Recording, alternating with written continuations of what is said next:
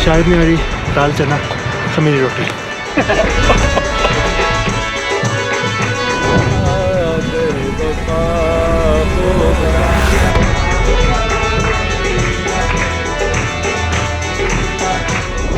आराम के वक्त आराम और काम के वक्त काम। नाम के बाद अब औकात आजमाने का वक्त आ गया था। 9 लोग सुबह सुबह उठे, तैयार हुए, नाश्ता किया और गाड़ी में अपना सामान रखा। अभी तक किसी को अंदाज़ा नहीं था कि राकापोशी बेस कैंप ट्रैक करने का तजुर्बा उनके लिए कैसा साबित होगा। कुछ लोग एक्साइटेड थे और कुछ लोग हिचकिचा रहे थे, लेकिन ये सबको मालूम था कि लाहौर वापस जाने का रास्ता अब राकापोशी बेस कैंप ट्रैक से होके ही गुजरता। ऊपर ले जाने वाले झंडे की तरह नगर रवाना होने से पहले हमने अपनी गाड़ियों पर केटू पन्योर के झंडे बांधे। हम पहाड़ों पे एक मकसद के तहत आए थे और वो मकसद केटू पन्योर की तैयारी करना था। और हमने सोचा कि हुंजा से लेके नगर तक हमारे काफिले की पहचान भी केटू पन्योर से ही होनी चाहिए।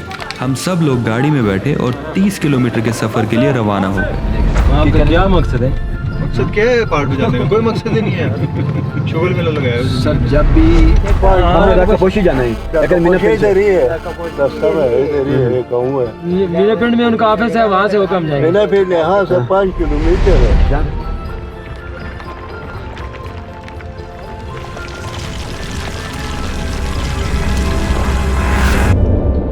राकापोशी बेस कैंप के ट्रैक का आगाज़ नगर में मीनापिन की वादी से होता है। हम सब यहाँ इकट्ठे हुए और अपने ट्रैक लीडर से मुलाकात की।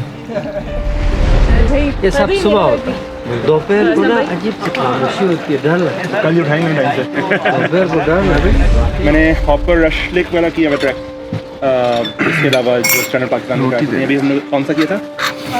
मांझी टॉप वाला किया था। ये कब किया था? ये किया last year, few months ago, सर्दियों में किया था। हाँ जी, बर्फ़ शदीद थी। ठीक है। उसके अलावा मैंने वो रत्तू वाला किया हुआ ट्रैक ऊपर तक, जहाँ पे फौजी कैंप है बर्फ़ में। हाँ, वो विंटर सर्वाइवल में ट्रेनिंग भी की थी। हाँ जी, वो हम उसमें ट्रेनिंग में गए थे। विंटर सर्वाइवल ट्रिप था लम्स का, वाकई मुश्किल होता है वो।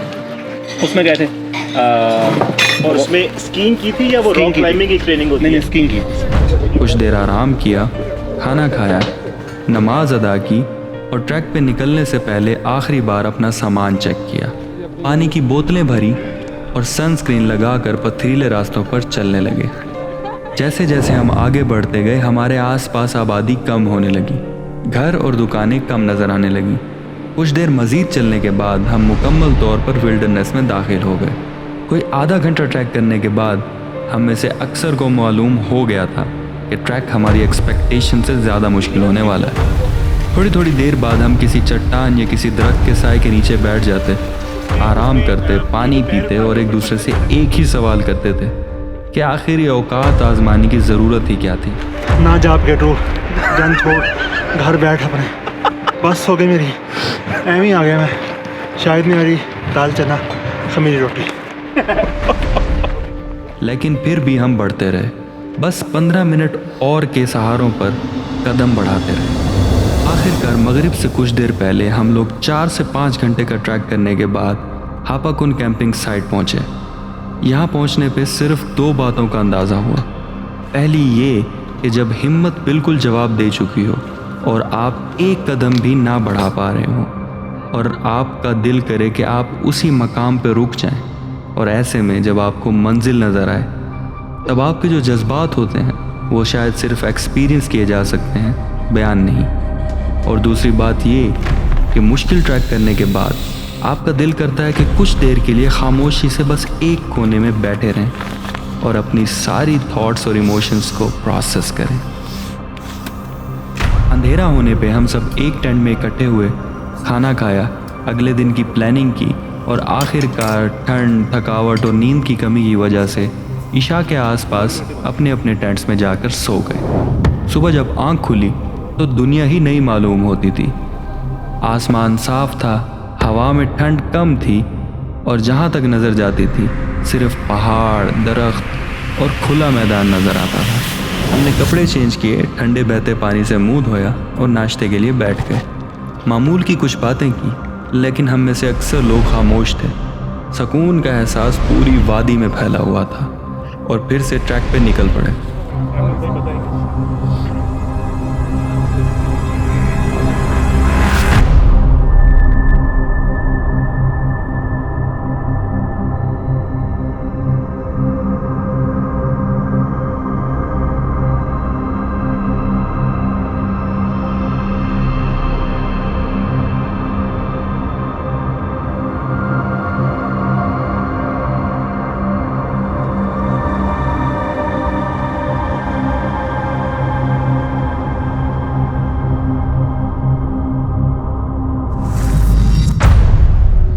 जब हम पहली बार राकापोशी बेस कैंप पहुंचे और राकापोशी को करीब से देखा तो ये सब गैर हकीकी सा मालूम होता था। हम में से किसी ने ऐसा नज़ारा पहले नहीं देखा था। हम कुछ देर के लिए रास्ते में ही रुक गए। यूं मालूम होता था कि हमारे सामने एक नई दुनिया हो, सोच और गुमान से बाहर। पराक्रम रेंज की ये शानदार चोटी एक खामोश पहरेदार, एक सोते हुए देव जैसी है। और यूं हमारे राकापोशी के सफ़र का इख्तिताम होता है। इस सफ़र के दौरान क्या सीखा, क्या खोया और क्या पाया, उसका अंदाज़ा इस सीरीज़ से लगा सकते हैं। ये पहाड़ हज़ारों लाखों साल कदीम है और हमारी ज़िंदगियाँ सिर्फ चंद सालों तक महदूद हैं। कई सिविलाइजेशन और सेटलमेंट्स इन पहाड़ों में आबाद हुई और एक्सटिंक्ट हो गई। ये पहाड़ आपको एहसास दिलाते हैं कि आपकी एग्जिस्टेंस शायद वाकई इनसिग्निफिकेंट है। ये भी मुमकिन है कि यही ऊंचे कदीम पहाड़ आपको बताते हैं कि आप असल में इनसिग्निफिकेंट नहीं और आप अपनी हिम्मत और इरादों की मजबूती की वजह से इन्हीं ऊंचे पहाड़ों को सर कर सकते हैं। अगर और कुछ नहीं तो ये वाज़ेह है कि आपकी ज़िंदगी का इन्हिसार आप पे ही है। It's the choices you make that define you. Rakaposhi से बस इतना ही। अब K2 पे मुलाकात होती है। खुश रहें, आबाद रहें।